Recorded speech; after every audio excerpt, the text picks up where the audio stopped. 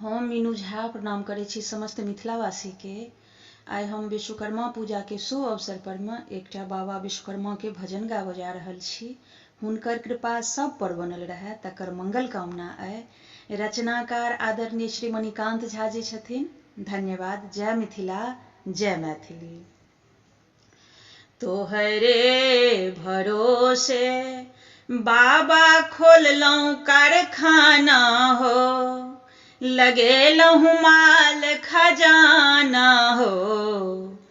बाबा हो फैक्ट्री पर में रही हक सहाय की पान सुपारी नारियल देबहो। बाबा हो फैक्ट्री पर में रही हक सहाय की पान सुपारी नारियल देबहो।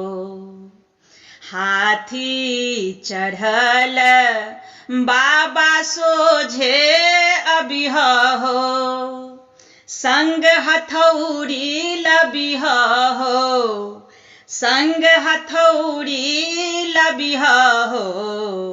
बाबा हो मशीन सबके रखिह, तू सोझराए की पान सुपारी नारियल देबहो।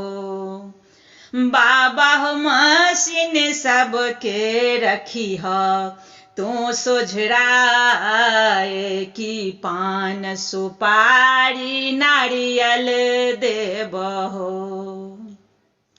जग तक सब यंत्रक बाबा तुही निर्माता हो, सब हक भाग्य विधाता हो, सब हक भाग्य विधाता हो।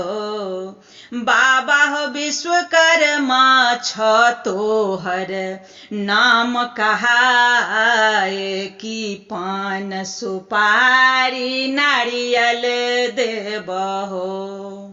बाबा हो विश्वकर्मा छ तोहर नाम कहाए की पान सुपारी नारियल देबहो। नैनो टेक्नो ऑटोमोटो बाबा तो रही दिल हा हो, मोबाइलो अपना ही लैला हो, मोबाइलो अपना ही लैला हो। बाबा हो मणिकांतो पर रही हक, तू सहाय की पान सुपारी नारियल देबहो। बाबा हो मणिकांतो पर रही हक, तू सहाय की पान सुपारी नारियल देबहो।